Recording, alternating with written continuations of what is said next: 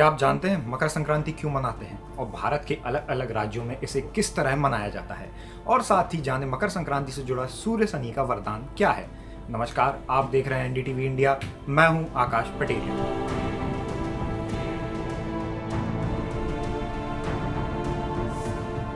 सूर्य जब मकर राशि में प्रवेश करते हैं उस दिन मकर संक्रांति मनाया जाता है। पौष मास के सूर्य उत्तरायण होकर मकर राशि में प्रवेश करते हैं तो इस अवसर को देश के अलग अलग प्रांतों में अलग अलग त्योहार के रूप में मनाते हैं। मकर संक्रांति का त्योहार उत्तर भारत में हर साल 14 जनवरी को मनाया जाता है। हिंदू धर्म में माह को दो पक्षों में बांटा गया है, कृष्ण पक्ष और शुक्ल पक्ष। ठीक इसी तरह से वर्षों को भी दो आयनों में बांटा गया है, उत्तरायण और दक्षिणायण। यदि दोनों को मिला दिया जाए तो एक वर्ष पूर्ण हो जाता है। मकर संक्रांति के दिन से सूर्य की उत्तरायण गति प्रारंभ हो जाती है, इसलिए मकर संक्रांति को उत्तरायण भी कहते हैं। हिंदू धर्म की मान्यताओं के अनुसार इस दिन भगवान विष्णु ने असुरों का अंत करके उनके सिरों को मंदार पर्वत में दबाकर युद्ध समाप्ति की घोषणा की थी। इसलिए इस मकर संक्रांति के दिन को बुराइयों और नकारात्मकता को समाप्त करने का दिन भी मानते हैं। मकर संक्रांति को अलग अलग प्रांतों में अलग अलग नामों से मनाया जाता है। आइए जानते हैं। सबसे पहले बात पंजाब की।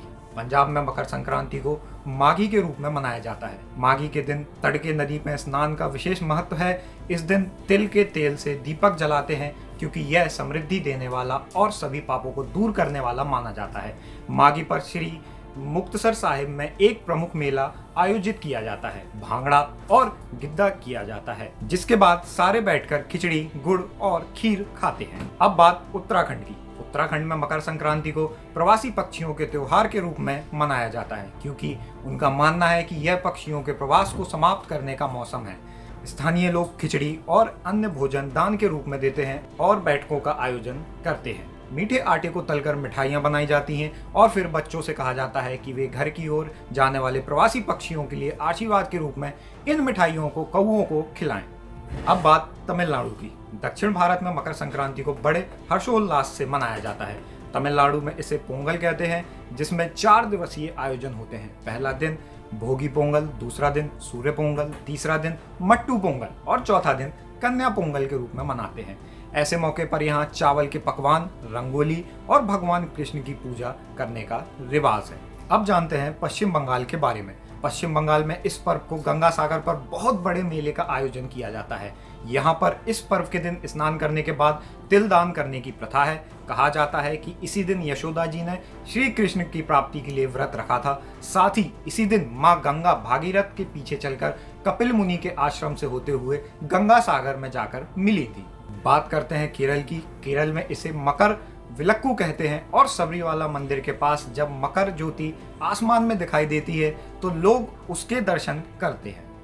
वहीं कर्नाटक में एलू बिरेदू नामक एक अनुष्ठान के साथ संक्रांति मनाई जाती है, जहां महिलाएं कम से कम 10 परिवारों के साथ एलू बेला यानी ताजे कटे हुए गन्ने, तिल, गुड़ और नारियल का उपयोग करते हुए कई क्षेत्रीय व्यंजनों का आदान प्रदान करती हैं। इसी तरह आंध्र प्रदेश में संक्रांति का पर्व 3 दिनों तक मनाया जाता है, जिसमें लोग पुरानी चीजों को फेंक कर नई चीजें लाते हैं।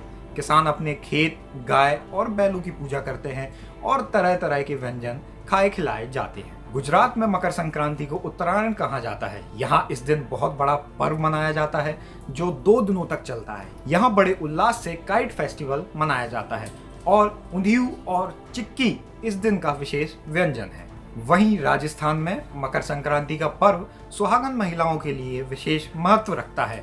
इस दिन भी सुहागन महिलाएं और अपनी सास को वायना देकर उनका आशीर्वाद प्राप्त करती हैं। साथ ही इस दिन महिलाओं द्वारा किसी भी सौभाग्य सूचक वस्तु का 14 की संख्या में पूजन व संकल्प कर 14 ब्राह्मणों को दान करने की भी प्रथा है। हिमाचल प्रदेश में साजी संक्रांत के लिए स्थानीय शब्द है और माघ महीने और सूर्य राशि का नाम है, जो त्योहार के आगमन के साथ शुरू होता है। यह दिन मौसम में बदलाव का संकेत देता है। लोग नदियों में डुबकी लगाकर या पवित्र जल में स्नान करके वसंत का स्वागत करते हैं।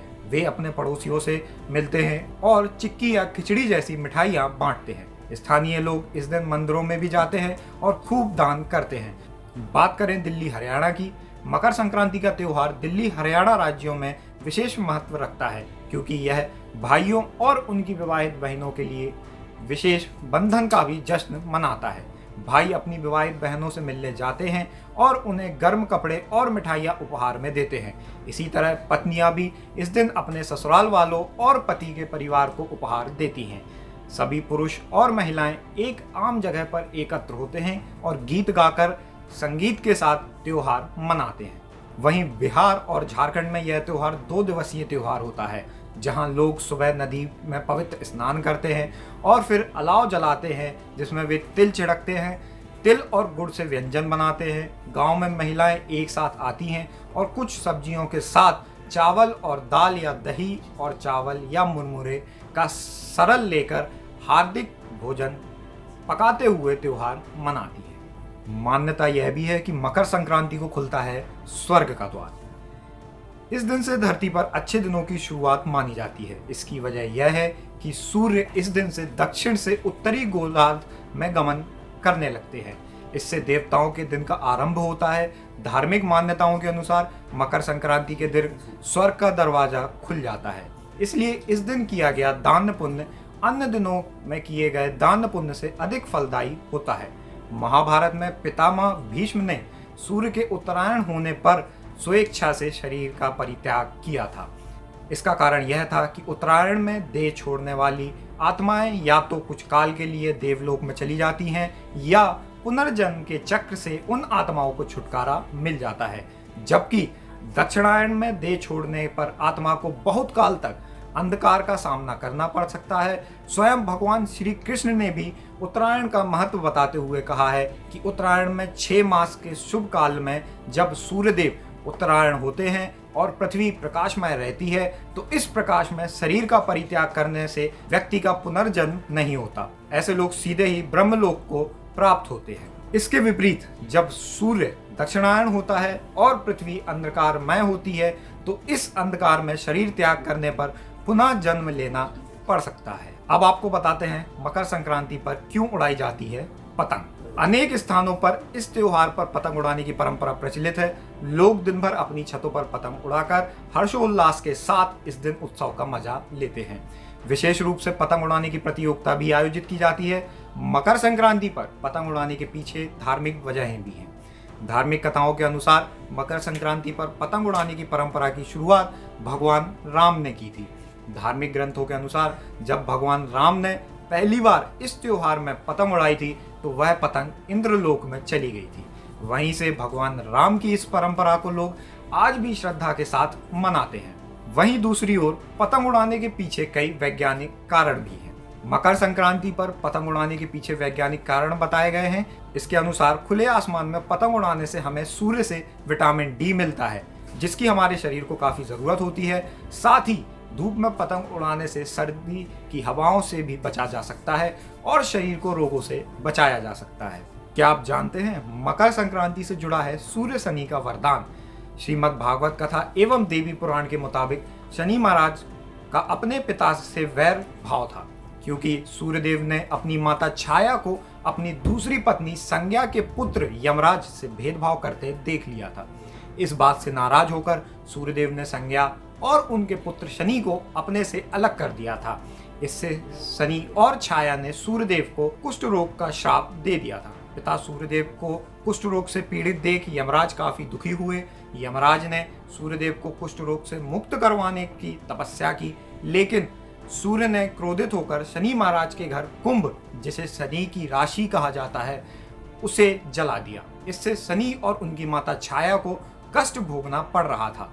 यमराज ने अपनी सौतेली माता और भाई शनि को कष्ट में देखकर उनके कल्याण के लिए पिता सूर्य को काफी समझाया। तब जाकर सूर्य ने कहा कि जब भी वह शनि के दूसरे घर मकर में आएंगे, तब शनि के घर को धन्य धान्य से भर देंगे। प्रसन्न होकर शनि महाराज ने कहा कि मकर संक्रांति को जो भी सूर्यदेव की पूजा करेगा, उसे शनि की दशा में कष्ट नहीं भोगना पड़ेगा।